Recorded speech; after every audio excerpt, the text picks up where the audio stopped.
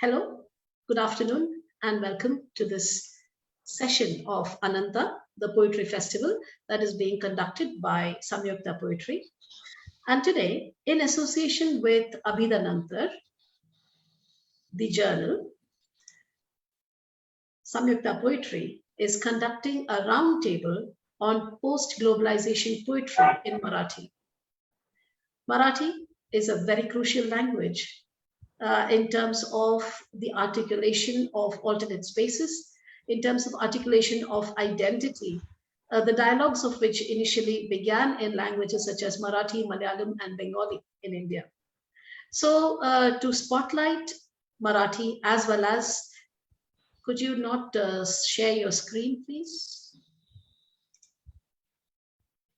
Uh-oh. Mandakini?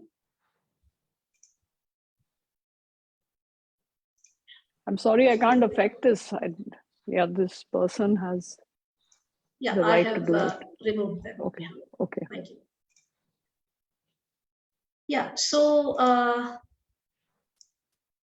as I was mentioning before, in terms of the questions of language identity and mobility of these, the language Marathi is very important, and I'm given to understand that the journal Abhidanantar has been at the forefront of conversing about these very questions. So in that context, we are very, very honored to have this reputed journal join us today. I would like to transfer the moderation to Sachin C. Kedkar. Now, Sachin sir is a bilingual writer, translator, editor, blogger, and researcher. And his poems have been translated into Gujarati, Hindi, Urdu, Malayalam, and Telugu. And he has been extensively translated in present-day Marathi. He has extensively translated present-day Marathi poetry as well. He's a recipient of the Indian Literature Poetry Translation Prize, which is awarded by the Indian Literature Journal, Sahitya Academy. And all that has been awarded for the translation of modern Gujarati poetry in the year 2000. So, Sachin sir, you are the apt person to take over the reins of this session. So I invite you to please do so. Thank you very much for asking me to moderate this panel. I think the recent developments in Marathi poetry are significant in a larger Indian literary context, and having such a roundtable is extremely important for dialogues between various literatures in India. And so I want to congratulate the organizers of Anantha 2022 and Samyukta Poetry for having conceptualizing this along with Abhidanantar. We have with us on our panel some of the most important poets of current generation. We have Meenakshi Patil, we have Manya Joshi, Salil Wagh, Hemant Devte, Sanjeev Khandekar, and Mustansir Dalvi, who does not write in Marathi, but we consider him as one of important Marathi poets. But what is different today is that we are trying to have a discussion around something which is very recent and contemporary, and in what way does contemporary Marathi poetry differ in many ways from the preceding one, and what are the contexts that have shaped this poetry, makes us easier to engage intellectually with Marathi poetry. And given the fact that recently vernacular literatures in India have slowly made inroads in academic curricula, as well as various literary festivals that are happening around India, creating a kind of multilinguality as one of the important aspects of Indian literature. In that context, these dialogues are very important. And I also want to thank the organizers for asking me to moderate this panel. It's my honor to be among some of the most important poets and writers in India today. What I'm planning to do is I will just talk about some historical context of recent Marathi poetry, contemporary Marathi poetry, often labeled as post-global or post-90s Marathi poetry. What are the key features of this? And to understand this, it's always very useful to take a longer view of Marathi poetry and its developments after 1947 or 45. In fact, 1945, after the World War, becomes one of the important points of departure and disruption in the history of Marathi poetry, with the birth of something called Nava Kavita or modernist Marathi poetry, along with something called Nava Katha or modernist fiction. He is born in the aftermath of Second World War. This is also the period of Nehruvian internationalism. So till Nehru's death in 1964, a very different kind of cultural debates and discourses were visible in Marathi as well as many other Indian languages. And the literature of this period reflects some of the processes like partition and its aftermath, industrialization, urbanization, Second World War, and B.S. Mardekar becomes one of the key figures, among others, who embody very important features of modernism in Marathi poetry. And the features like exposure to European literature, poetics, like surrealism, existentialism, phenomenology, psychoanalysis, and Marxism is clearly visible on a group of poets that emerged, that came to the forefront between 1945 and 1964. And the poets are, along with Mardekar, Vinda Karandikar, Sadananda Rege, P.S. Rege, Kushi Rege as he was called, Indira Sant and Manmohan Nathu. These were some of the important poets of these generations which embody these cultural histories. 1960s onwards saw a very different kind of shift happening slowly, in not just in Marathi literatures, but probably other Indian literatures as well. And the historical context that underlies this shift was the spread of education to the margins of Marathi society, and the caste dynamics that underlay electoral politics started going major shifts. And we can see emergence of very powerful non-upper caste leadership in a big way emerging all over India as well as Maharashtra. And we also see emergency, green revolution in some parts of India, and also a disenchantment with Nehruvian ideology of secularism, socialism growing in this space. And this period, something between 1960s to 1989, if you want to call it, we find that there are two currents that are developing in Marathi poetry. The first current is a second generation of Nava Kavita in the form of Arun Kolatkar, Dilip Chitre, both of them very important bilingual poets, Vilas Sarang, Balchandra Nemade, Vasant Dahake, among others. So there is this one second generation of modernist poetry coming to forefront, and it's a very powerful poetry. Along with it, you see a rise of identitarian protest movements and literature and poetry produced from this identitarian movements like Dalit, Adivasi, Grameen, feminist, and so on. And major poets like Namdev Dasal, Bhujang Meshram, Prakash Jadhav, Malika Amar Sheikh, Arun Kale. These are the people who are at the forefront of this second current of Marathi poetry. So we find that there is this second current which is coming to forefront, and the second generation of modernist poetry also existing in tension. And very often this tension plays out in the domain of little magazines in Marathi. the contemporary Marathi poetry, and we have some of the leading poets here, belong to a different phase in the history of maybe Indian society or global society, if you want to put it. And it is inseparable from contemporary culture. And what we mean by contemporary culture is that it is constituted by some of the global processes, which I will just mention in passing. One begins with the collapse of Soviet Union in 1990s, early 90s, and liberal democracy, neoliberal capitalism in economy. You also have newer forms of capitalism that people did not understand. Even today, they don't understand much, like financial capitalism, service sector capitalism. In some way, it undid the trade union movements that used to flourish in the industrialized capitalism.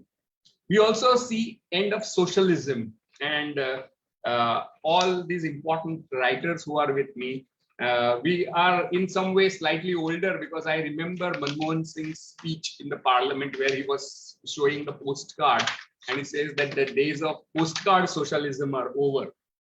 That was in the 90s.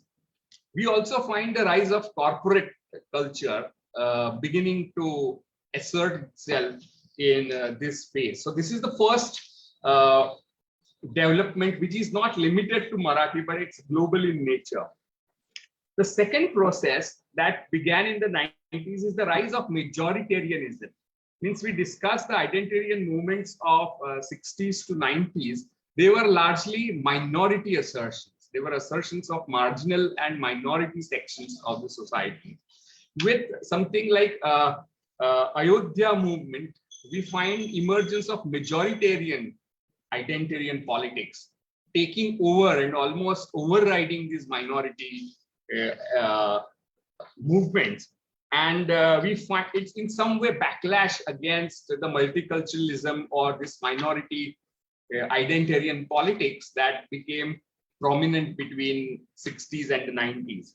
And it again has a global dimension and a local dimension. All of us are aware of the demolition of Babri Mosque or 2002 riots. And we are aware of what we are confronting today. So in some sense, this is also an end of certain Nehruvian notions of secularism that used to dominate the elite politics of earlier period. We also see that there were certain decisions taken, like implementation of Mandal Commission findings in the beginning of 90s, which has deeply affected the caste politics of India today. So this is the second important development after 90s, again, which has a global context as well as local Indian and Marathi context. The third and very important development is what I call deep mediatization, the beginning of media, digital media and private media encroaching all aspects of, or encroaching, or you should say penetrating or taking over all aspects of human life in a very profound manner, begins in the invention and spread of internet, also privatization of television, and the rise of social media. And all this has resulted in what some scholars call structural transformation of digital public sphere. And here we are discussing Marathi poetry on a platform which is no longer a print platform, which was the case in the, say, for example, these kind of dialogues would happen on a print or in the Doordarshan space. But now it's a different media ecology that we are inhabiting. Now, all these three developments have deeply transformed our local cultures, and Marathi poetry is in some way implicated in these three developments. And you find that the language of contemporary Marathi poetry resonates and at the same time participates in these newer reconfigurations of what is meant by culture in the first place. So we find references to contemporary culture thriving in contemporary Marathi poetry, and a new kind of metaphoricity coming up, and a new language emerging in, and the poets that we have like Manya Joshi and Salil Waqs and Jeevan Hemant have very consciously and deliberately used contemporary cultural references for their own poetic purposes. And it is these three processes that are irreversible.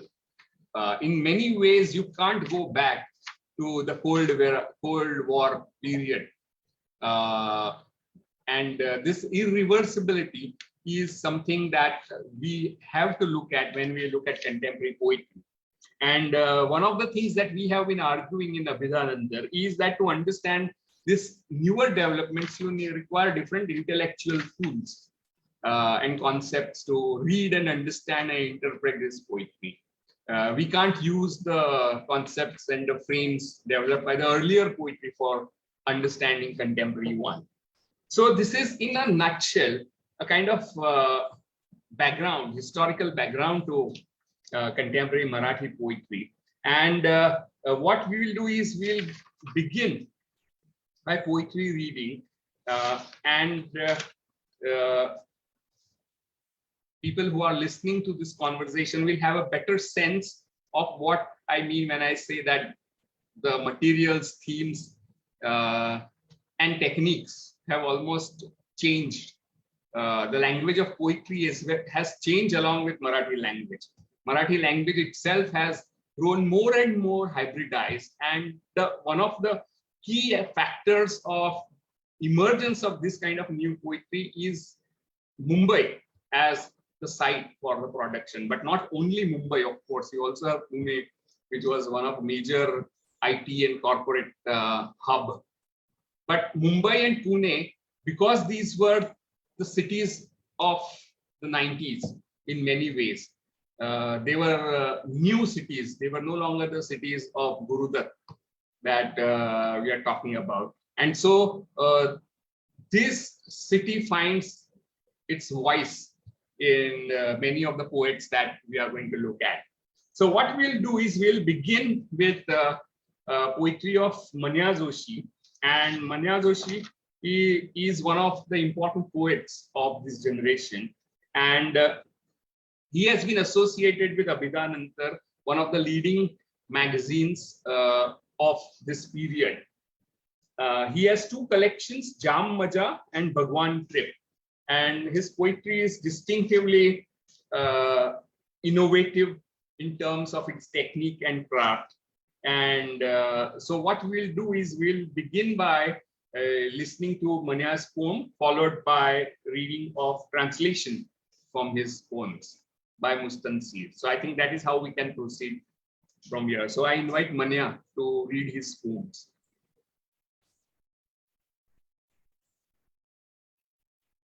Video, Manya. Yeah, hello. I think my video is switched off by the organizer. I think video has been switched off by the host. That's what the Manya will read his own translations. I'm getting the message you cannot start your video because host has stopped it. So I'll start the reading. 1 minute, I'll try to put you on. I just can't locate you on the participant list. Okay. Could you just? I can see him here. Okay. Manoj Joshi. Manoj No, he has Joshi, some sorry. issues with camera, I think.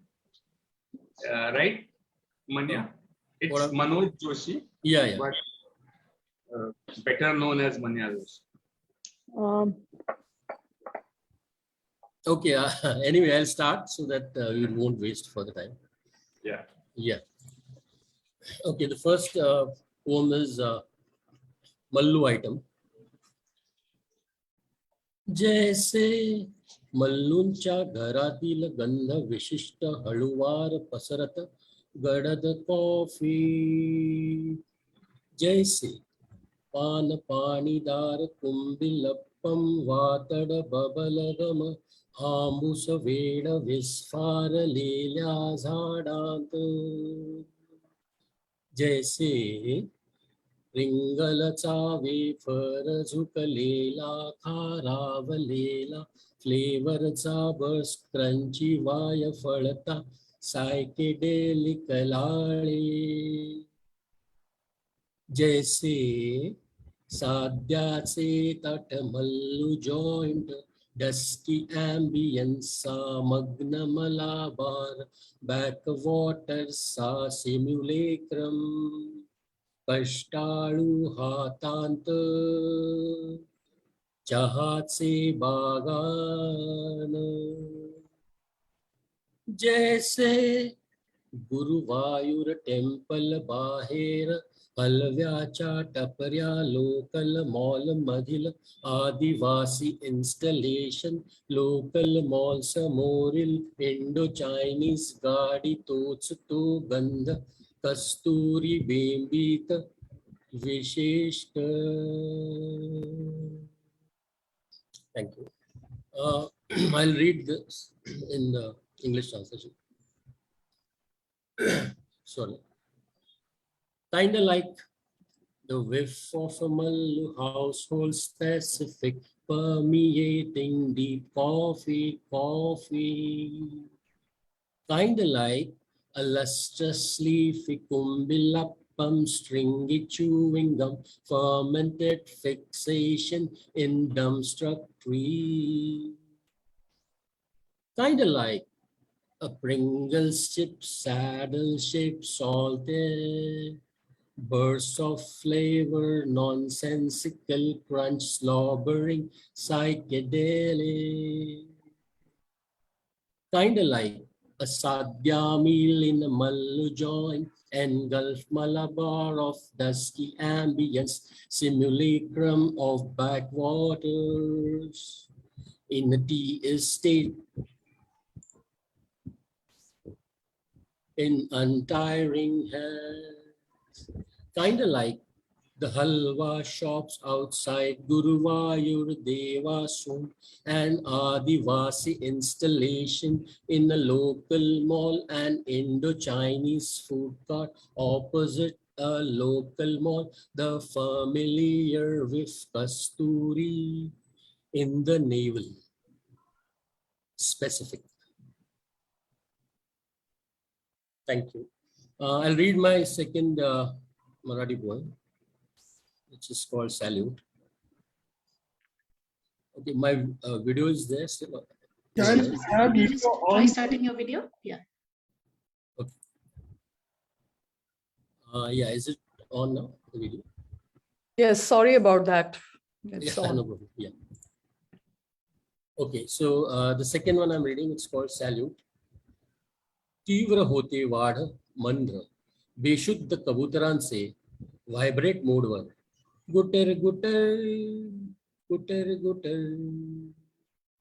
खिडकीच्या पत्र्यावर समागमाच्या चिखलात दर्जाहीन activist पेटतात कबुतरे गुटर गुटर गुटर गुटर जेवण बनवताना गाते by viral व्हिडिओतले गाणे समोरचा खिडकीतला पाहतो पत्र्यावरचे बहाणे गुटर गुटर गुटर गुटर गेलास सोडून माझ्यातून गेलास सोडून माझ्यातून होण्याचा क्षण मागून तुकड्यांचे अधीर आयुष्य तुझे माझे विभागून गेलास सोडून माझ्यातून होण्याचा क्षण मागून तुकड्यांचे अधीर आयुष्य तुझे माझे विभागून साचरतो मी गुटर गुटर गुटर गुटर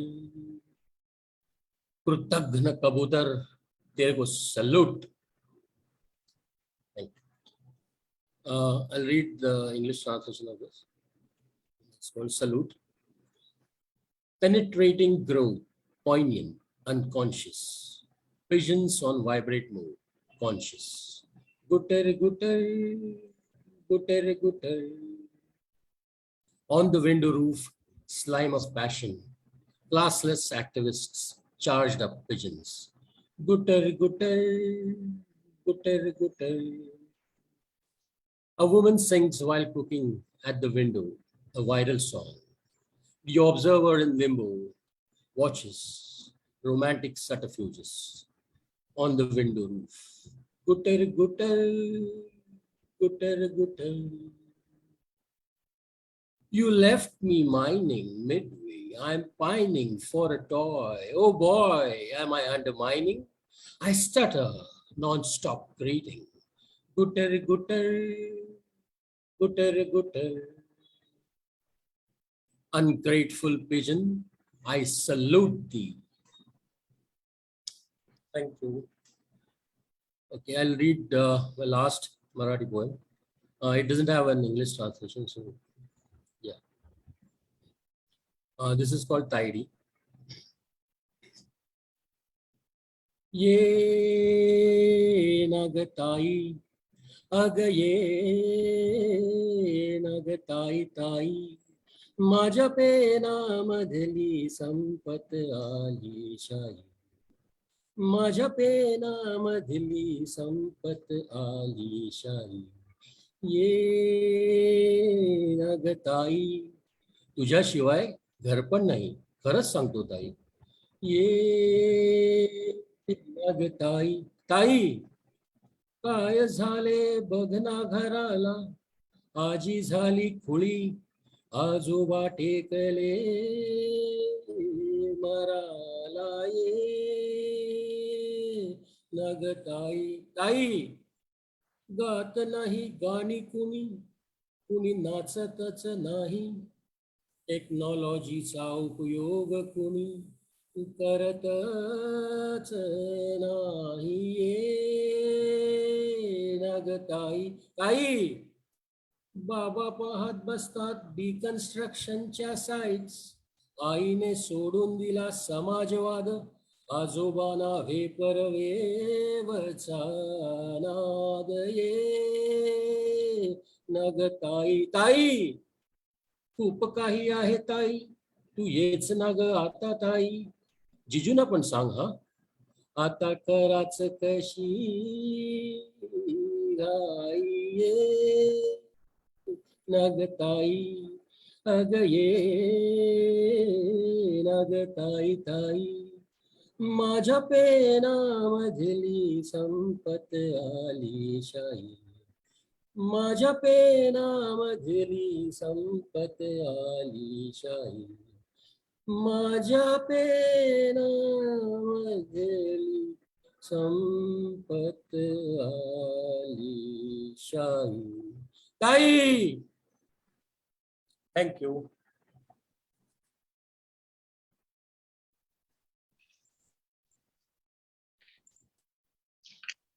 Yeah, Sachin. Yeah, thank you, Manya, for those poems. I have always been amazed by irreverence that seems to be at the heart of Manya's poetry. Means he throws all the holy cows of poetry to winds, if that phrase is still acceptable these days. But his poetry is more of a kind of destruction in the sense of deconstruction of Marathi poetics as well. The way he draws upon the popular and the slang and uses the orality and performative in his poems is something which makes him very distinct. His poems are also very distinct in terms of being sarcastic about the earlier traditions of poetry as well as literature in Marathi.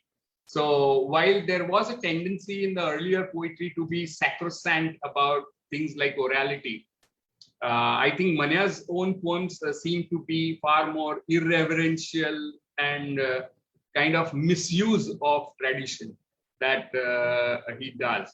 So I think his poems have become a kind of have their own face, and his contribution to Marathi, contemporary Marathi poetry is distinctive in that sense. So thanks, Manya, for reading those untranslatable poems, but still you tried to translate it yourself. So I think that required something to translate your own poems. So we now move over to the next poet, Meenakshi Patil, who is a visual artist like other poets here, like Sanjeev and Salil.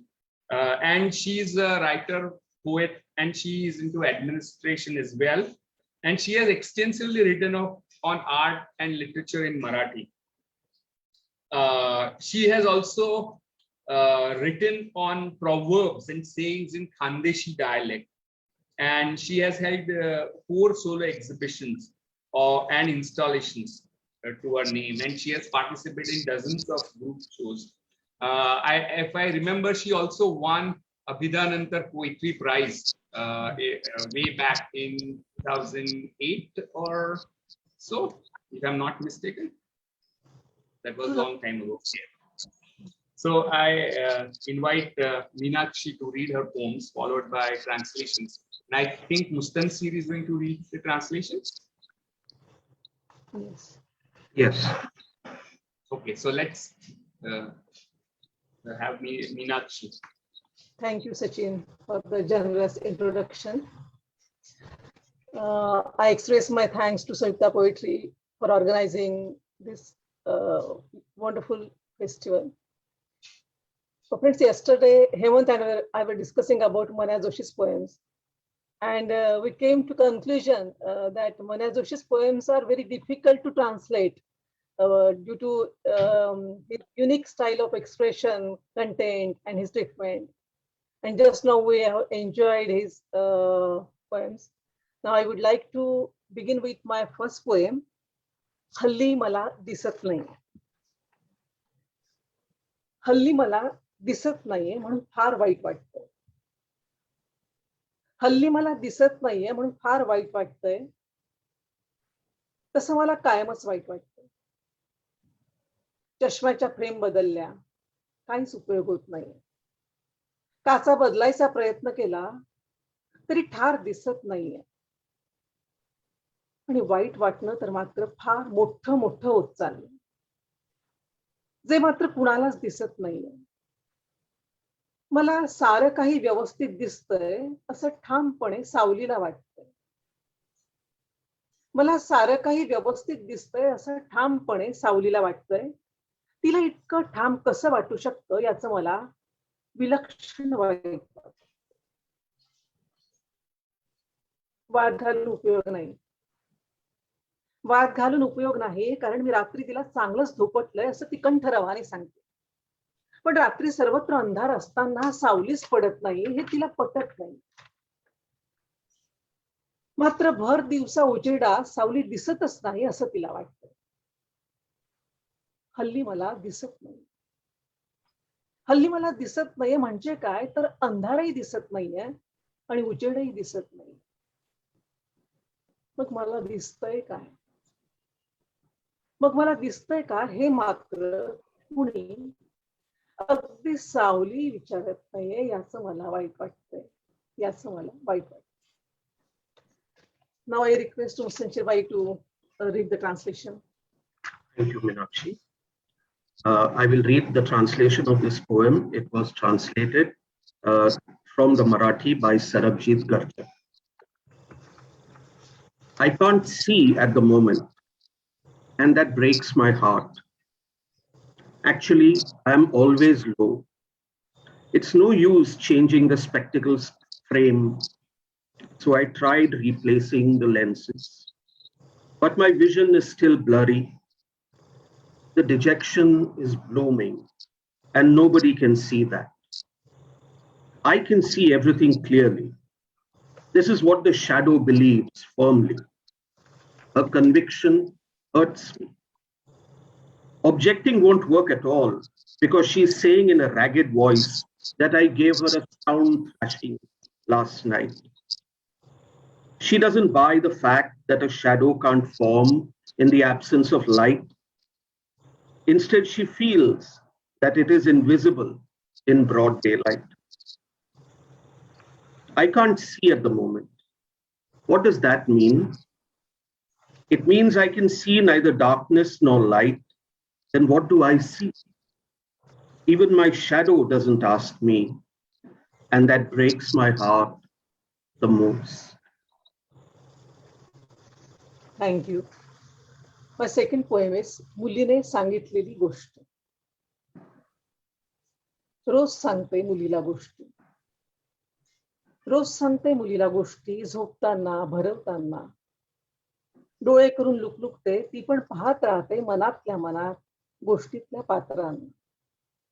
कळत नाही तिला कोल्हा कायम लबाडच का, सुसर नेहमी दुष्टच का, नावडती राणी चांगलीच का. वैतागून एक दिवस म्हणाली मला, मामा सांग नवी गोष्ट. एक होती राणी, तिला होते 2 राजे. एक होती राणी, तिला होते 2 राजे. एक होता आवडता, एक होता नावडता. किंवा एक होती राणी, तिला नव्हता राजा. किंवा एक होती राणी, तिला नव्हता राजा. किंवा एक होता राजा, त्याला नव्हती राणी. नाहीतर एक करना बदलूनच टाक सगळ्या गोष्टी, सुरुवातीपासून शेवटापर्यंत. Thank you. This poem is called A New Story by My Daughter and is translated from Marathi by Mahesh Leela Pandit. Every day, I serve a story to my daughter while feeding her and putting her to sleep. Blinking her eyes, she looks within her mind. The characters of the story, she wonders. Why is a fox always a liar? Why is a crocodile always wicked? Why is the disliked queen always good?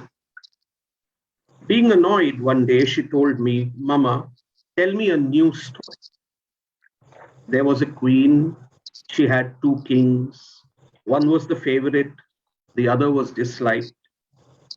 Or there was a queen, she had no king. Or there was a king who had no queen. Or why don't you do one thing?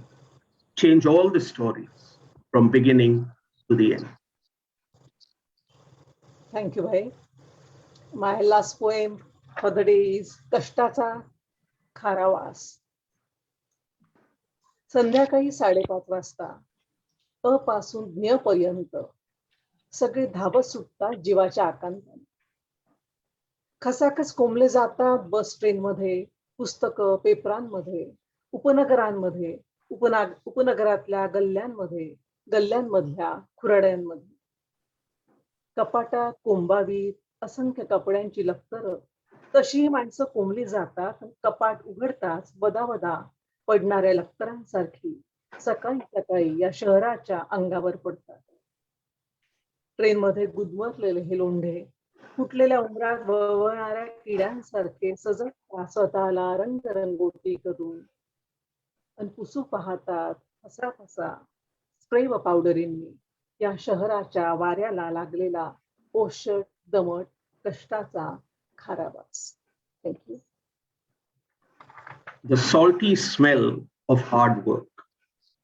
Translated from Marathi by Mahesh Leela Pandit. At 5:30 in the evening, everyone from A to Z runs in a mad rush. They cram themselves into crowded buses and trains, in the books and papers in the suburbs, in the alleys of the suburbs, in the pigeonholes of the alleys, like countless tattered clothes in the closet. These people are crammed, and as the door is opened, away the countless tatters surge. Early morning, these people fall on this city's face. The lots suffocated on the train are like infestations of insects in a broken umbar tree. They beautify themselves, pouring colors and concealers, blushing sprays and powders. They seem to get rid of the filthy, humid, salty smell of hard work in the city's air. Thank you, Bhai.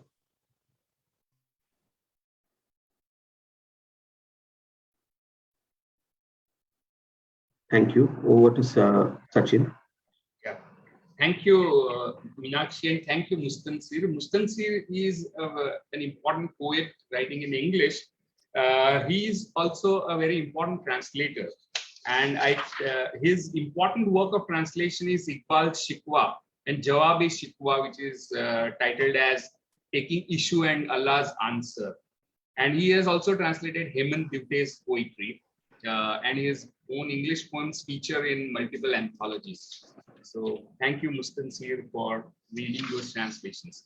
So we go over to Salil Wagh, who is also an important Marathi poet, and he is at present chairperson of Marathi Abhyas Parishad, and he has got several collections of Marathi poems and also a collection of translation from Hindi, I guess. And his important collections are Racecourse and Itar Kavita, Nivdak Kavita, Ulat Sulat, and Saheli Tijjin, which was a short satirical collection written in the Bombaya Hindi. So what connects writers like Manya and Salil is the boundaries between the languages. Means Mumbai is a space where Marathi doesn't remain Marathi, it becomes Bombaya Marathi. Hindi doesn't remain Hindi, it becomes Bombaya Hindi. So when Marathi poetry enters Bombay, probably it becomes Bombaya Marathi poetry. Similarly, Salil and Manya both use slangs and the life in corporate world for their poetry. So that is something very distinctive about their writing.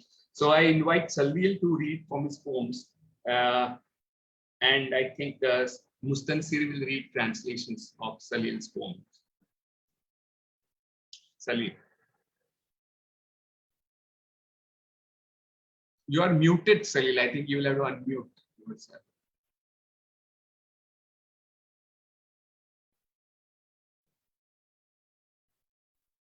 Hello. Yeah, now you're on. Yeah, thanks, Sachin. And thank you. I take this opportunity to thank organizers and also my fellow poets, my poet friends and viewers. I will read my Marathi poem, Patil Kankriya Projects. Patil Kankriya Projects. Smashanavatika.com Centralized AC. अद्ययावत 500 प्रेते जाळण्याची सोय. बच्चे कंपनीसाठी horse ride, रपेट, close circuit TV, ज्येष्ठ नागरिकांना pickup free. स्मशान campus मध्येच amusement park, club house, spa, beauty parlour, yoga passage, sauna bath आणि गेट टुगेदरची सोय. पाटील कांक्रिया प्रोजेक्ट्स, स्मशानवाटिका.com. प्रकाश योजना आणि दुःख झोन युक्त टच स्क्रीन, ऑटो संगीत, शोकाल, NRI बीटेक भज्जी, निर्गुणी श्लोक, अस्थि लगेच मिळणार, 2 प्रेतांवर 1 अंत्यसंस्कार फ्री. हिरव्यागार वनराईने वेढलेले निसर्गरम्य पिंडाला लवबर्ड्स शिवणार. दुमजली कार पार्किंगची सोय, इष्टमित्र आप्तेष्टांना बोटिंगची सोय.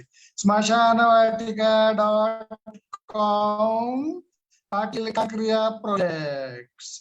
कवटी फुटेपर्यंत थांबायला नको, ऑनलाईन रेकॉर्डिंग तासात, DVD कुरिअरने हाडे 24 तासात घरपोच. स्वागत पेय, मेहंदी, ज्योतिषी, फेंगशुई, 6 सिग्मा, ISO सर्टिफाईड स्मशान पार्क. ऑनलाईन बुकिंग 24 तास, क्रेडिट कार्ड स्वीकारतो. साइट व्हिजिट आजच बुक करा. स्मशानपॅराडाईज.com. 500 प्रेतांचा उंबरा. स्मशानवाटिका.com. पाटील कांक्रिया प्रोजेक्ट्स. धन्यवाद. Thanks. Thank you, Salil. I'm reading the translation of Patil Kankriya Projects. The translation is done by Sachin Ketkar. Smashanvatika.com, centralized AC, ultra-modern amenities for cremation of 500 plus corpses at a time, horse rides for kids, closed circuit TV, free pickup facility for senior citizens. On the crematory campus, amusement park, clubhouse, spa, beauty parlor, yoga passage, sauna bath facilities for get-together. Special light effects, sad music tunes, touchscreen, automated music system hall for morning. NRI BTech priest.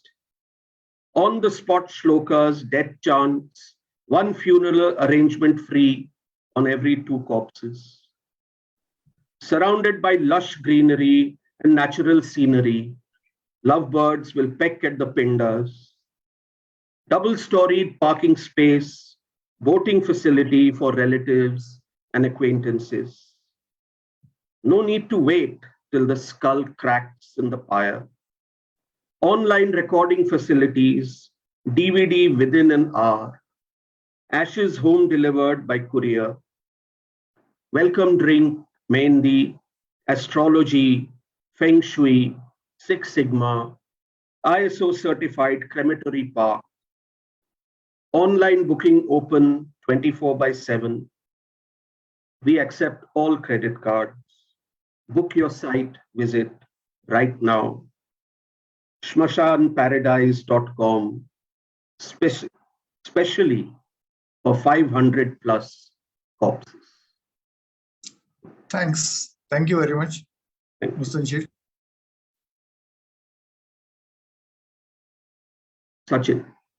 Sachin. Hello, am I audible?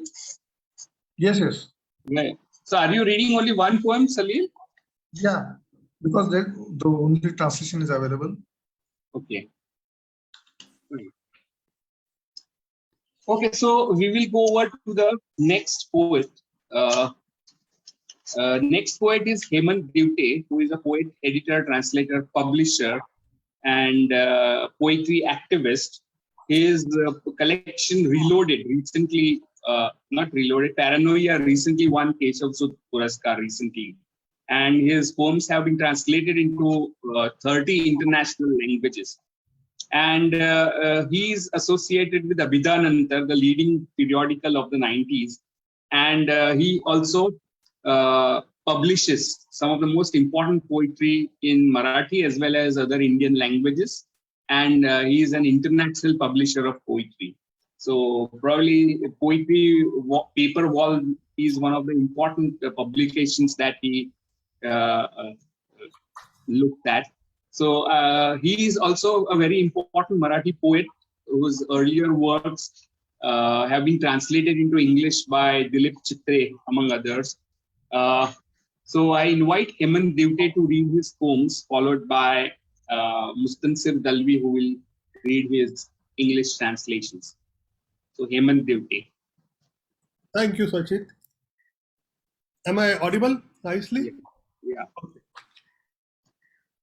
These are my anti-globalization poems.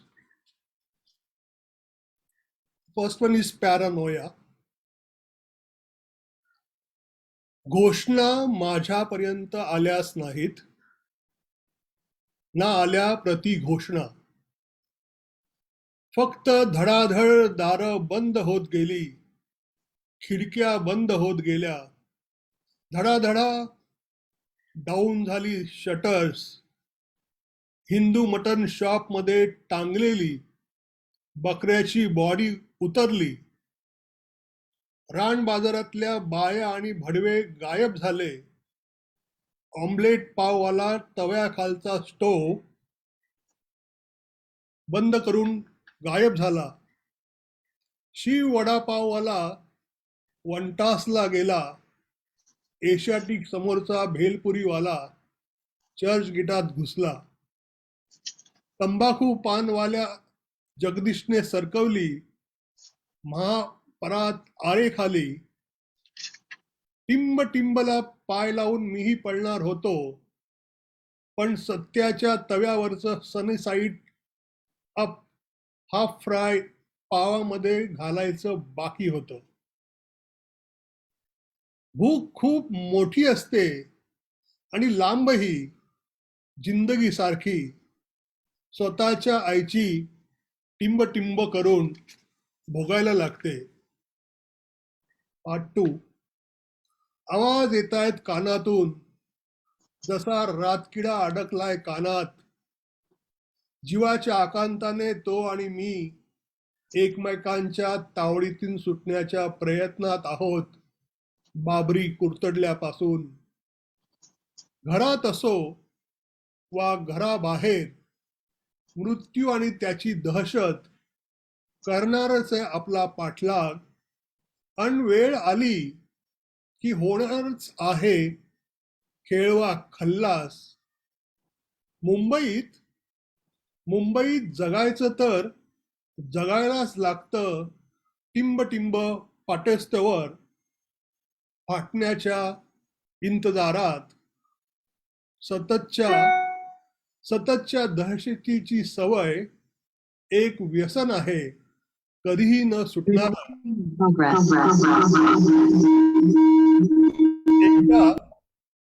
एकदा ते लागलं तर पुन्हा कधी ते सुटत नाही. 3. मुंबईच्या पोटात घुसलो तेव्हापासून एक अजगराचं पिल्लू माझ्यात घुसलं. हळूहळू मोठं होत गेलं. त्या अजगराच्या पोटाची आग मस्तकाच्या आगीपेक्षा भीषण असल्याचं कळेपर्यंत माझ्यातला माणूस मरून गेला होता.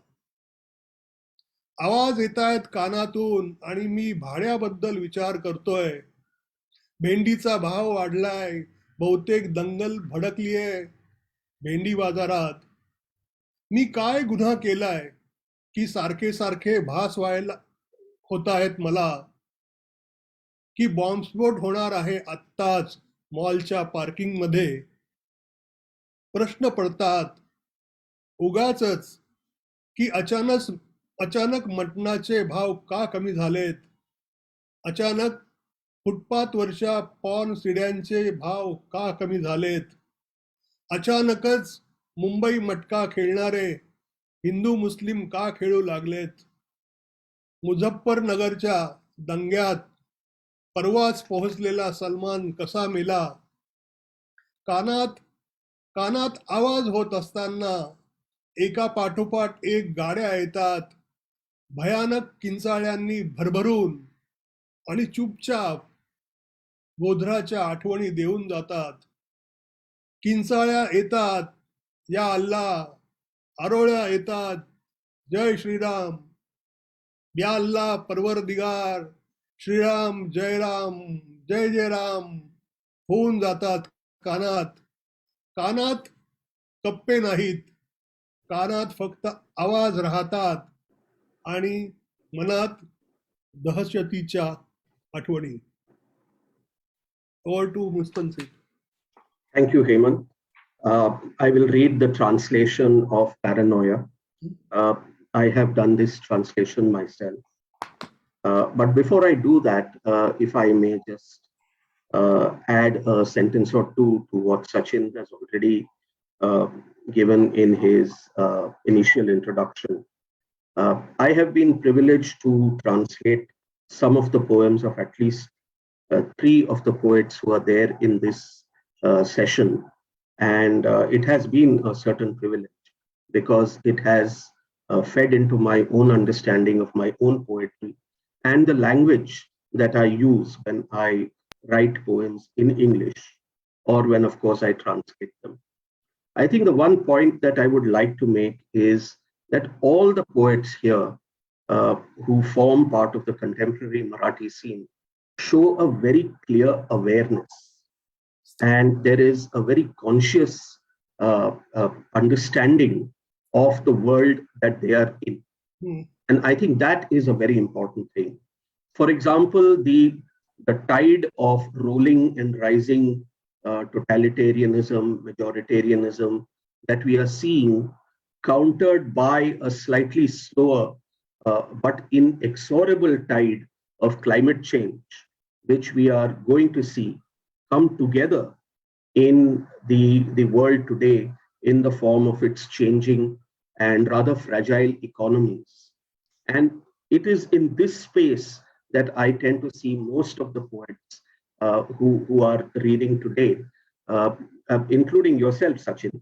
And this becomes a very, very important and special moment. I would also like to say that this is not necessarily, the way that poetry is being written in English, for example. The kind of interests and the kind of paradigms of poetry writing in English don't necessarily follow this similar pattern. So it is very significant to look at contemporary Marathi poetry in the light of this awareness.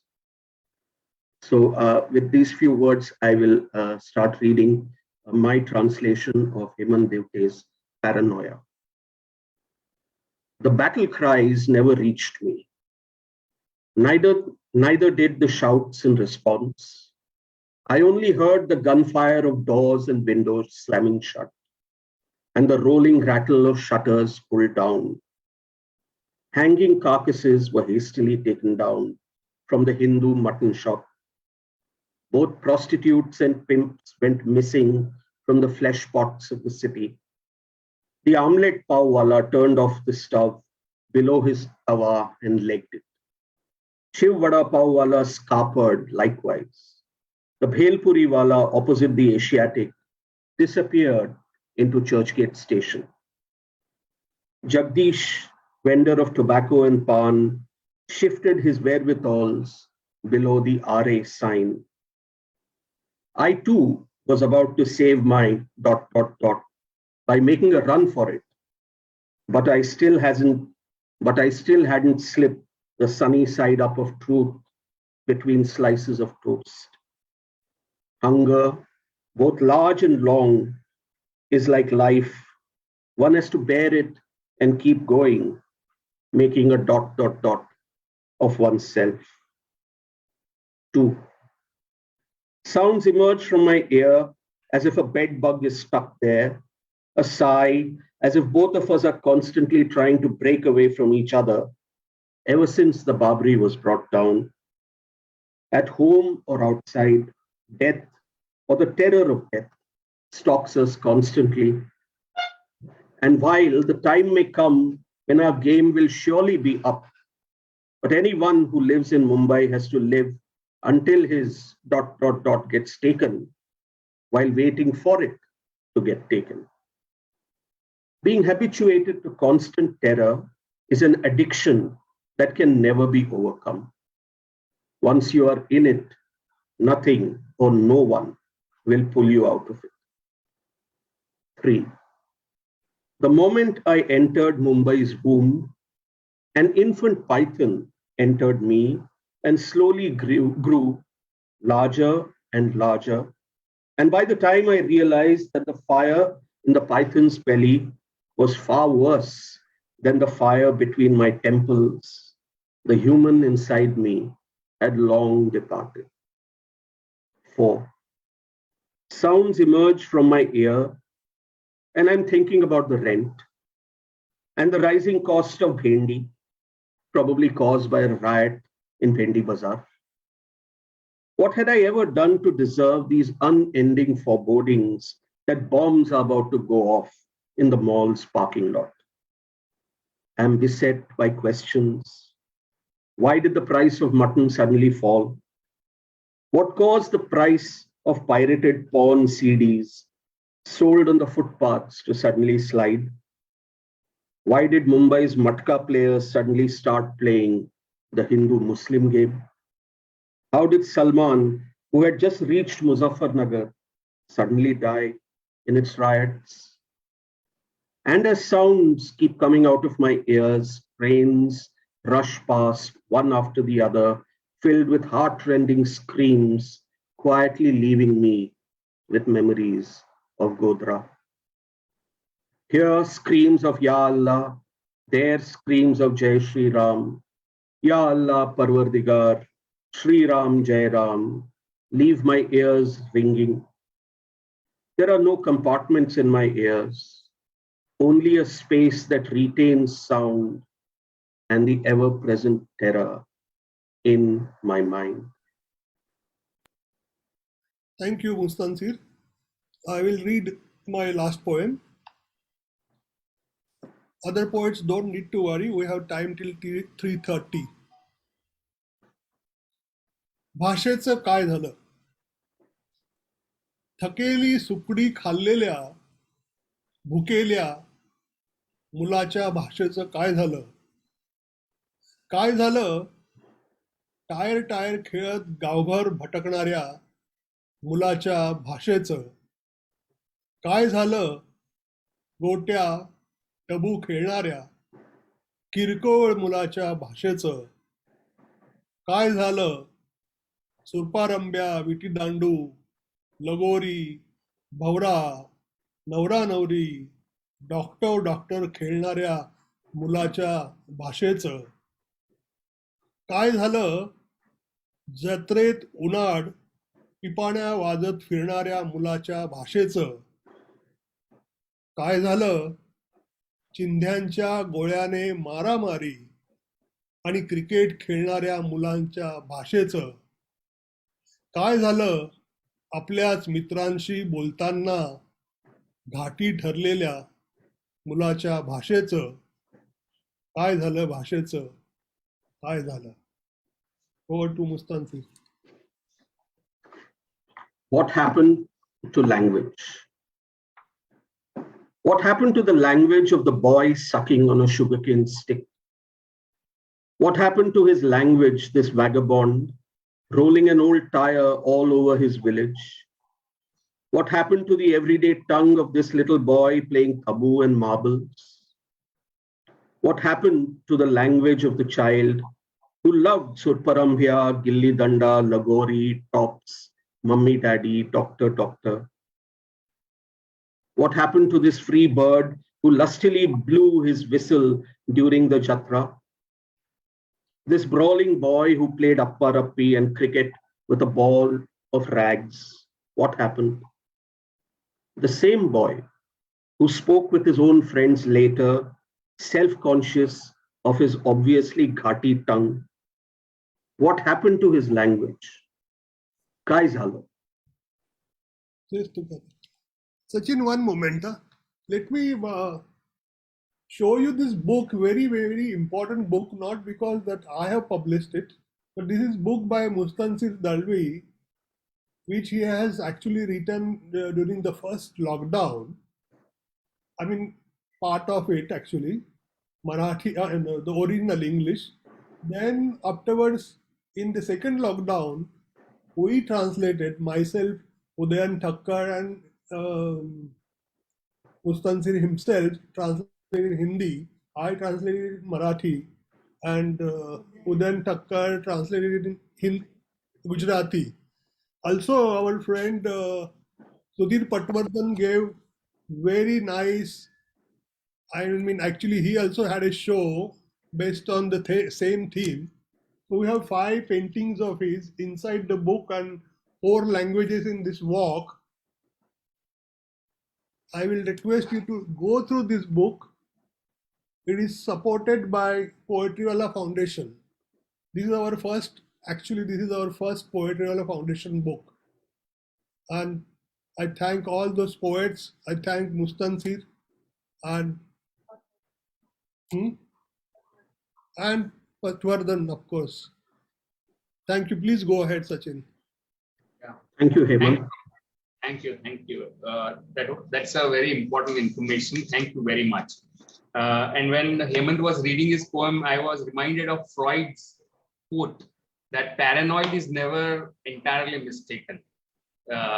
And before we could understand it, globalization turned to Goberization before our eyes. So thank you, Hemant, for those moving poems and Mustansir for that translation. We will now go over to Sanjeev Khandekar. Sanjeev is a very well-known poet, writer, editor. So he's also an activist and a very important visual artist.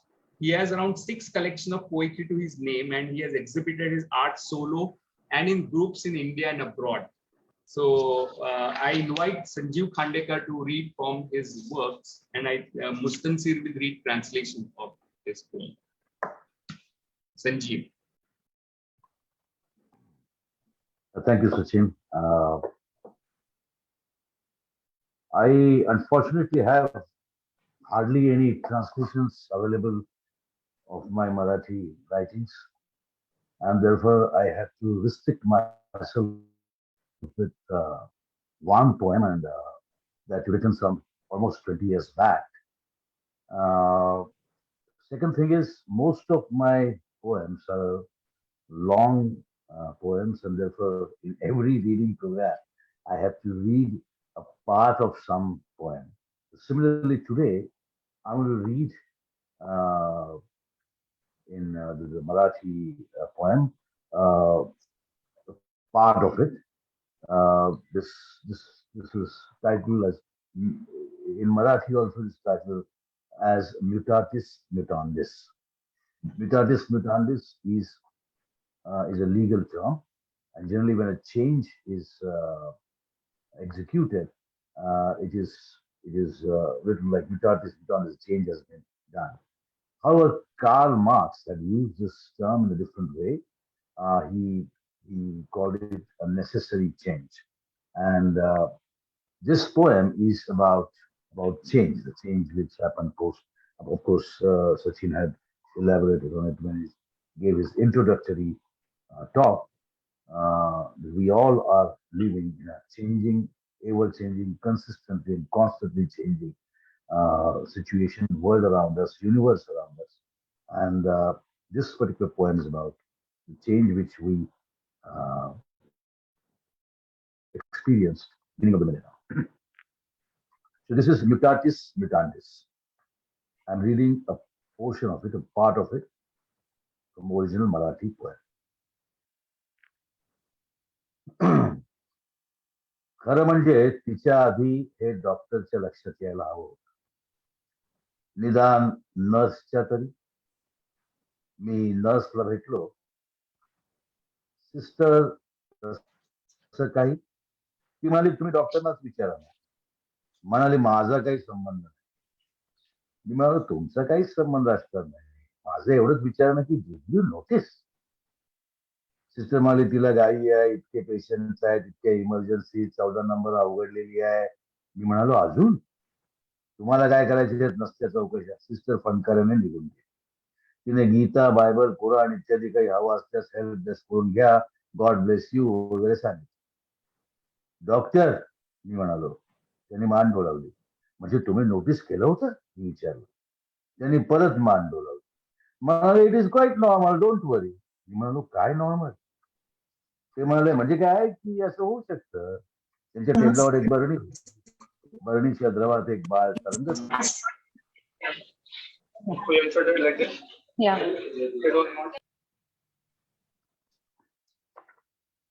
त्यांच्या टेबलावर एक बरणी होती. बरणीच्या द्रवात एक बाळ तरंगत होतं. म्हणजे actually 2 बाळं असावी. त्यांची पोटं एकमेकांना चिकटली होती. माझं लक्ष बरणीवर आहे हे त्यांनी हेरलं. डॉक्टर म्हणाले दिस इज अ म्युटंट. मी म्हणालो व्हॉट इज म्युटंट. बरणीतले राक्षस. डॉक्टर म्हणाले. मी बरणीवरून नजर काढली. पुन्हा पुन्हा बसणाऱ्या माशीसारखी नजर पुन्हा पुन्हा बरणीवर पडत. तर काय तर मी असं म्हणत होतो. डॉक्टर म्हणाले काय म्हणत होता तुम्ही विचारलं. डिलिव्हरी स्ट्रेसमुळे असं होतं कधी कधी. And your wife is too emotional. काही काळजी करू नका, उद्यापर्यंत ठीक होईल. She had normal delivery. थोड्या वेदना होत्या. Your baby is healthy and normal. मी एक सुस्कारा टाकला. एक औंढाही गिळला. म्हणालो तेच तर मलाही काही ॲबनॉर्मल जाणवलं नाही. डॉक्टर म्हणाले तेच तर घरी जा आता आणि हो ही रिसिप्ट निवांत झोपा. You are in safe hands, God bless. मी खिशातून नोटा काढल्या. डॉक्टरांनी रिसिप्ट दिली. मी परत वॉर्डमध्ये आलो. अनेक बाळांच्या बायकांना मागे टाकत बायकोच्या रूम मध्ये पोहोचलो. तर बायकोचं आपलं परत तेच हे मूल आपलं असेल का. मग कोणाचं असेल मी विचार. I never had sex with anyone else. बायको म्हणाली. मी म्हणालो हो ना. मग असं कसं झालं. बायको म्हणाली. मी म्हणालो अगं काहीच नाही झालं. Everything is normal. ती उचलून म्हणाली अरे व्हॉट इज नॉर्मल. म्हणाली बघ ज्याचे केस हिरवे आहेत तुझे आहेत. मी म्हणालो नाही पण गॉड ब्लेस मी. तिने म्हणाले माझे आहेत. मी म्हणालो नाही पण होऊ शकतात. म्हणाली बघ त्याच्या अंगावर पट्टे आहेत वाघासारखे तुझे आहेत. मी म्हणालो नाही पण ओढू शकतो. I am serious. ती माझ्या अंगावर पट्टे आहेत. म्हणालो नाही मी तरी पाहिले नाहीत. मग याच्या अंगावर कसे? मी म्हणालो अगं असं होतं कधी कधी, डोळे मीठ पाहू, भास उगाच आपलेच आपल्याला, झोप बघून उद्या पाहू. तिने डोळे मिटले. मी तिला थोपटू लागलो. ते पोर तिच्या छातीला लुटू लागलं. गोड होतं. गॉड ब्लेस यू मी तिला म्हणालो. झोप आता मी तिला म्हणालो. This is the part which I just stop here. It's quite a long point. Yeah. Thank you, Sanjeev. I will now read the translation of these two parts of this long poem by you. Excerpts from Mutatis Mutandis. 1. The doctor should have realized it before my wife did. At least the nurse should have. I met the nurse. Sister, is it serious? I asked. She said, ask the doctor, don't hold me responsible. Of course I don't hold you responsible, I said. All I want to ask is, did you notice anything? The nurse replied, the doctor seems to be really hassled. So many patients, so many emergencies. Number 40, labor, you see. Even now, I asked. Mind your own business, she said, and stormed away. If you need the Gita, the Quran, the Bible, etc., you'll get it at the help desk, she offered on her way out. God bless you, she murmured under her breath. Doctor, I shouted out. The doctor looked up and nodded. So you noticed it, I asked. He nodded again and said, it's quite normal, don't worry. Normal? I asked with disbelief. Normal as in it sometimes happens that way, he replied. In a jar on his table was a fetus floating in a murky liquid. 2 fetuses probably, with bellies stuck each to each. The doctor saw me staring at the jar. 2. What I meant to say was, began the doctor, and what did you mean to say, I asked. This happens sometimes because of the delivery stress. And to make it worse, your wife is the emotional type. I don't understand, I replied. So don't worry, she'll be fine by tomorrow. She has had a normal delivery. Yes, there were painful cramps, but your baby is healthy and normal, he added. I heaved a sigh and gulped dryly. Exactly. I did not feel there was anything abnormal, I said. The doctor said, go home now. And yes, here is the bill. Sleep well. You are in safe hands. God bless you. I fished out a wad of notes from my wallet. The doctor handed me a receipt. I entered the ward again. Passing several pregnant women, I reached my wife's room. Can this child be ours? My wife asked me yet again. Whose else can it be? I asked. I have never had sex with anyone else. I reassured her. Then how come? Asked my wife. I said, everything is fine, everything is normal. She burst out, what is normal? And said, look, he has green hair. Do you have green hair? I replied, no, but God bless him. She said, do I have green hair? Someday. She said, look, he has stripes all over his body, like a tiger. Do you have stripes on your body? I said, no, but I can paint them. She said, I'm serious. Do I have stripes on my body then? I said, no, none that I have seen. Then how does he have them? I replied, shut your eyes. Don't take too much stress. Get some sleep. You know, we sometimes become victims of our own hallucinations. Let's deal with this tomorrow, shall we? She shut her eyes. I began patting her back. The baby began sucking at her breast. It looked lovely. God bless you, I said. Get some sleep, I said. Thank you.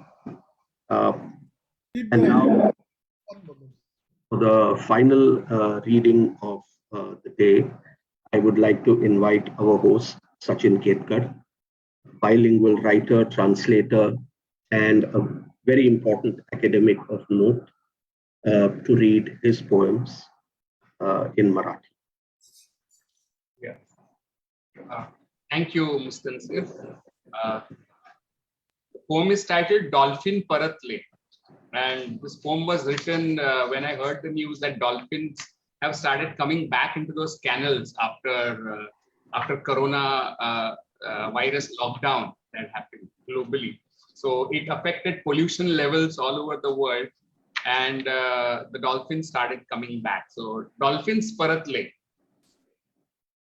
Dolphins परतले व्हेनिसच्या कालव्यात, मी काल रात्री कल्कीला पाहिला. Red zone मधून green zone मध्ये शिरताना mask घालून घोड्यावर, एका हातात तलवार, दुसऱ्या हातात सॅनिटायझर. त्याच्या घोड्यानेही मास्क घातला होता. डॉल्फिन परतले व्हेनिसच्या कालव्यात, पण एखाद्या वेळेस लॉकडाऊनही संपेल, पण माझ्या मनातला क्वारंटाईन नाहीच संपणार. मी माझ्या कोरड्या कालव्यात वाट बघत बसतो, पण डॉल्फिन कधीच परतत नाहीत माझ्या भकास कालव्यात. डॉल्फिन परतले व्हेनिसच्या कालव्यात, आणि माझ्या डोळ्यांसमोर मी पाहिला मास्क युगापूर्वींचा समाज कालबाह्य होताना. डॉल्फिन परतले व्हेनिसच्या कालव्यात, आणि मी स्वप्नात पाहतो चालू असलेल्या झूम मीटिंग मध्ये माझेच शेकडो चेहरे मास्क घातलेले. मी पाहतोय माझ्या बोटांना डॉल्फिन होताना. मी पाहतोय माझ्या बोटांनाच डॉल्फिन होताना. त्यांच्या तोंडावरही कोणीतरी मास्क घातले. ते आता कधीच गाणार नाहीत गाणी माद्यांना रिझवण्यासाठी की बाळांना झोपवण्यासाठी. डॉल्फिन परतलेत, पण कालवे आता तेच राहिले नाही. These poems have been translated into English by Sachin himself. Dolphins have returned. In the canals of Venice, dolphins have started to return. Last night, I was face to face with Kalki. He wore a mask and rode his stallion from the red zone, from the green, with a sword in one hand and sanitizer in the other. His horse was masked too. In the canals of Venice, dolphins have started to come back. And while it's possible that the lockdown may end one day, the quarantine in my mind is unending. I keep waiting in my own dried up ducts for the dolphins to return, but they never come back in my desolate, waterless waterways. In the canals of Venice, dolphins have started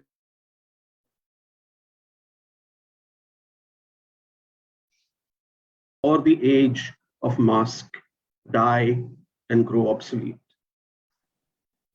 In the canals of Venice, dolphins have started to come back. In my dreams, I see hundreds of my own faces in an ongoing Zoom meet, all wearing masks. I watch the fingers of my hands turn into dolphins. Someone has put masks on their faces too. They will never sing songs to please their females or lullabies for their babies anymore. Dolphins have returned, but the canals will never be the same again. Plastic युगचेतनेचे महाकाव्य. Plastic युगचेतनेचे महाकाव्य. कलयुग संपलं की plastic युगची सुरुवात होते. कलयुग संपलं की प्लास्टिक युगाची सुरुवात होते. धर्म प्लास्टिकच्या पायावर उभा राहतो. लोखंड गंजत. आपण गाय उघडली की त्याच्यातून प्लास्टिक येतं. किनाऱ्यावर येऊन मेलेले देव मासे उघडले तर आतून प्लास्टिक निघतं. माणसं उघडली की आतून प्लास्टिक निघतं. आणि प्लास्टिक उघडलं तर आतून विश्वाचा अंत येतो.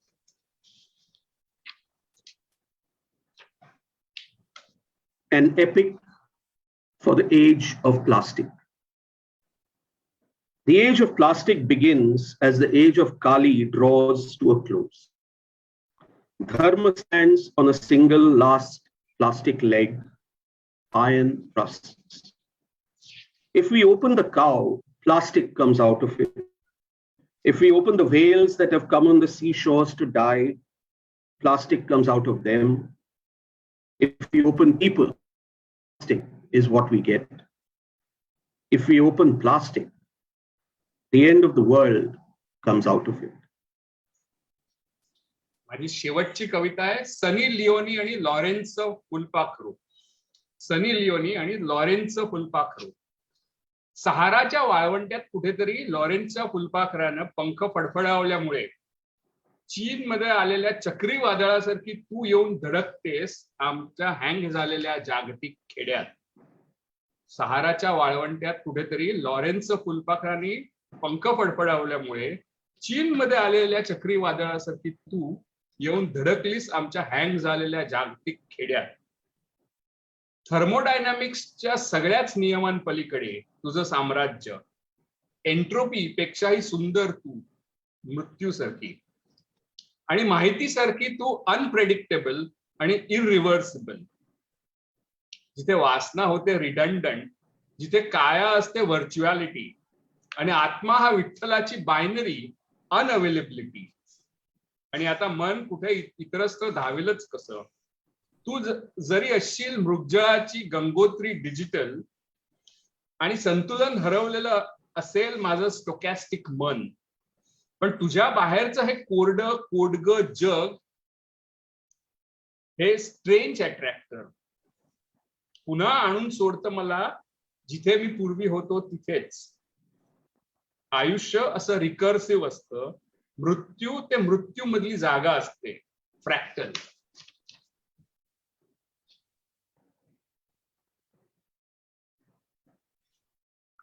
Sunny Leone and Lorenz's butterfly. Like the hurricanes that hit China, produced by Lorenz's butterfly, fluttering somewhere in the deserts of Sahara, you have smashed into a global village that has already crashed like a website. Your empire lies way beyond all the laws of thermodynamics. You are more beautiful than entropy, as beautiful as death, as unpredictable and irreversible like information. Where desire is rendered redundant, where our bodies are merely virtual, and the soul is Whitcolor's binary unavailability. Now why should our minds wander anywhere else? Even if you are the digital Gangotri of images, unhinged is my stochastic mind, the arid, impervious world outside you.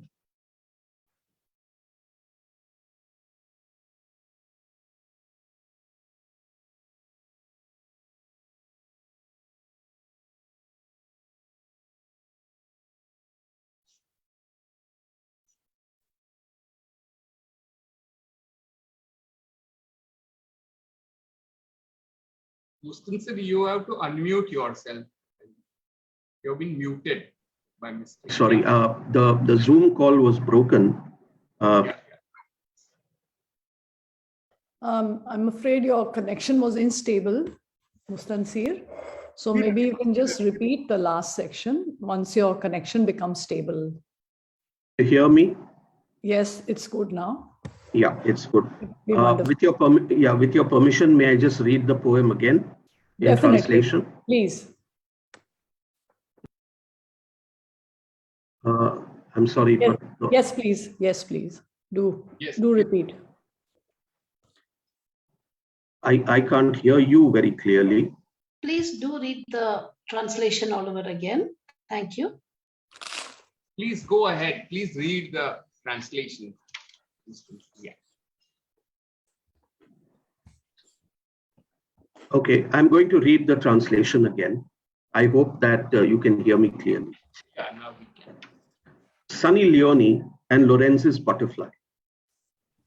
Like the hurricanes that hit China, produced by Lorenz's butterfly, fluttering somewhere in the deserts of Sahara, you have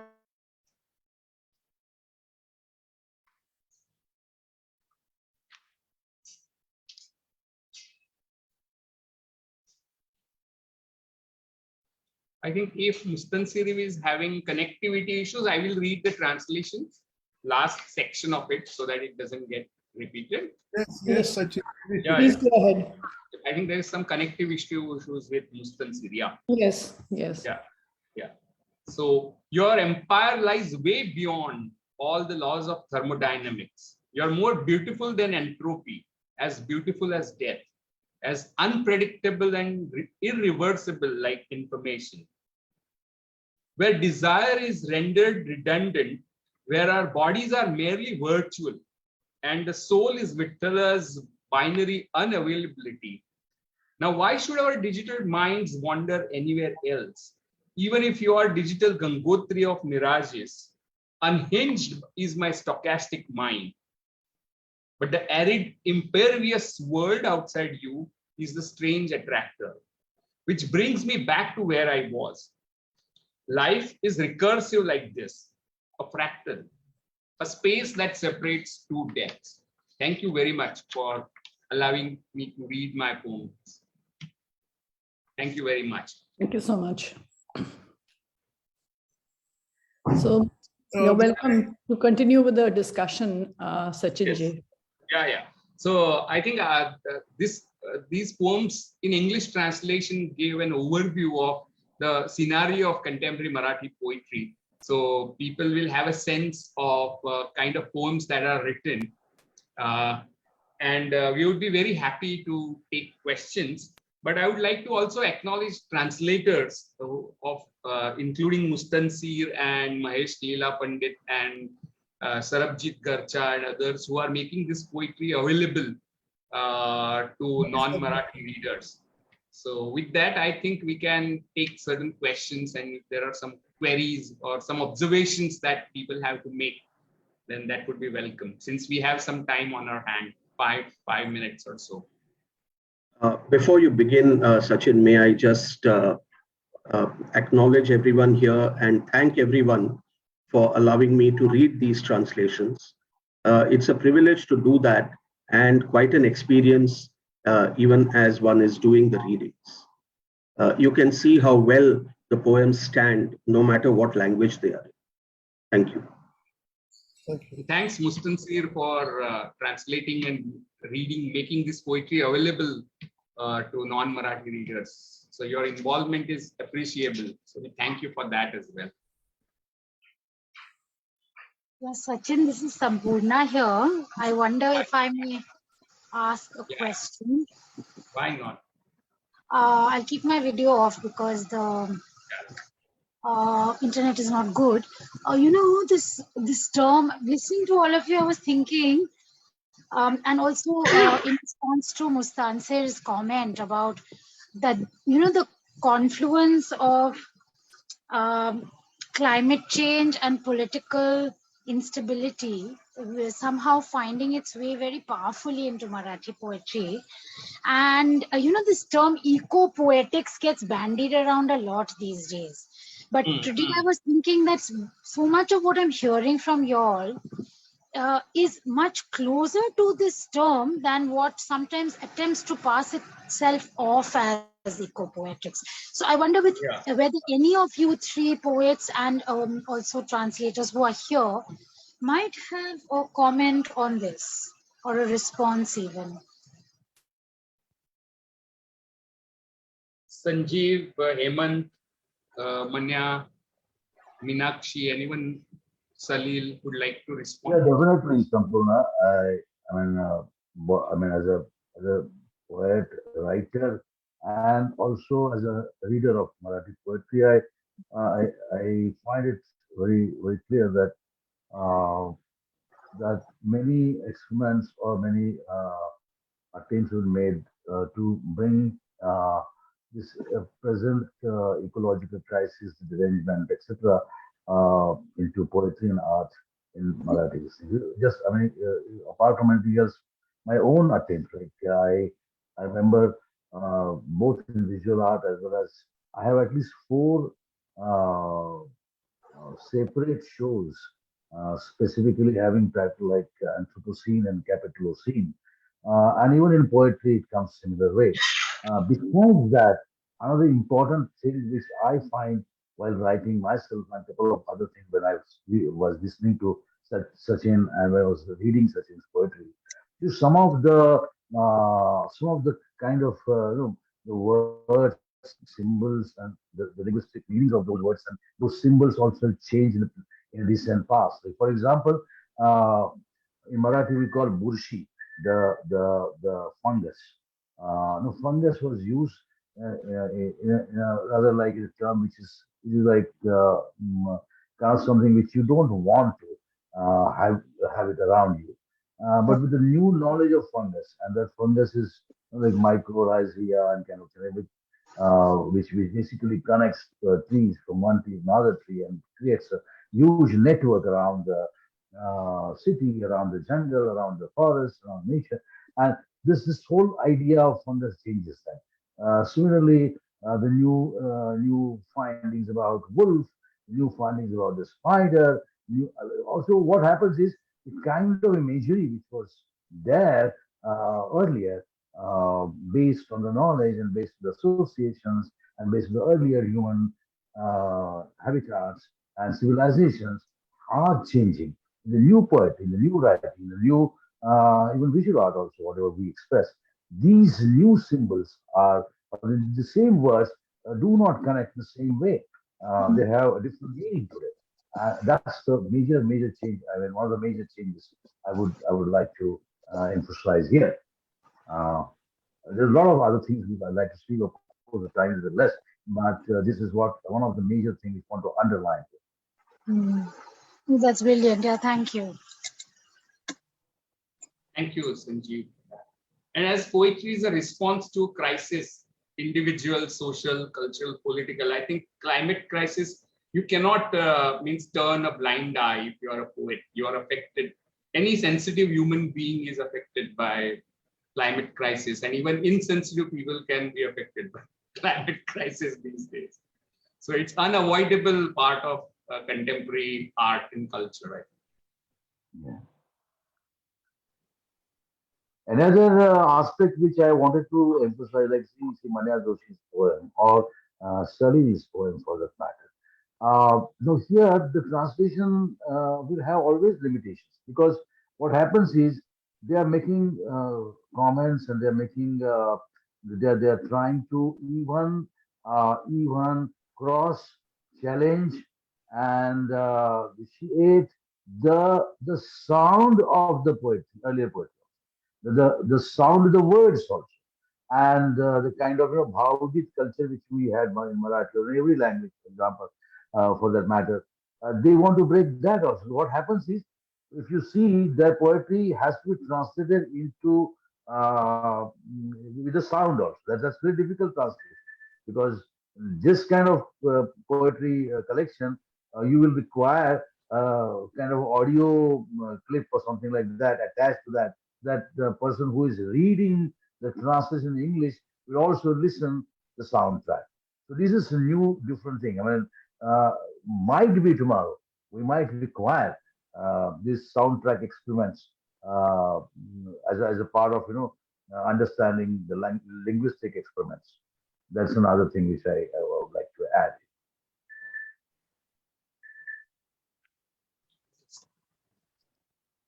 If there are more comments, questions. I just want to add to what Sampurna mentioned, and also to, in a way, put in some other aspects of eco-poetics, and also in affirmation to what Sanjeevda just mentioned about the sound, which is a part of eco-poetics. So, which is the acoustic dimension of poetry, which is a part of eco-poetics. So, in fact, I mean, I'm thinking this through along with you, Sampurna, why and how do these poems be a part of eco-poetics, where, I mean, it begins from Rachel Carson's poetry, and it comes into vogue with Jonathan Skinner's use of the eco-poetics as the title of his literary magazine, and then comes into vogue. So the aspects which particularly define this kind of eco-poetics is the use of metaphor, the form, which becomes the expression of elemental natural forces, and the poetry itself being that force for social change, including reciprocity, cooperation, and communication, and how many of these aspects become, they are looking at the relationships at the level of economic and linguistic assumptions. So one other aspect is that of how these poems, particularly Marathi poems, are also inclusive of ethno-poetics. So I feel they are very much a part of, if we may call this Indian eco-poetics, which could be applied at a wider scale as well. Yes, if you look at Mania's poems and the way he uses Bharud or way he uses Avgit, he's not with certain kind of reverentiality that is associated with these forms in conventional and even modernist poetry. Means all this was looked upon as a great repositories of tradition, but it's in Mania's misuse of these traditions. It's a very different take on the whole oral and performative dimension, which is more of a sarcasm and parody involved in the way he uses it, rather than reverential use of orality. That was became a big deal in the 60s and the 70s. So that is where I think there is also, we need to historically look at the shift in the way these things are used or misused by poets at times. So that's just an addition to what you were saying. But as you rightly pointed out, the acoustic part of it is important for the eco-poetics, though none of us, I'm sure, use any kind of frame like eco-poetics. So it's just because it burns us that we respond to it as human beings who are, so without borrowing any theoretical frame around it. So thanks for that questions, Yamini. If there are any other comments.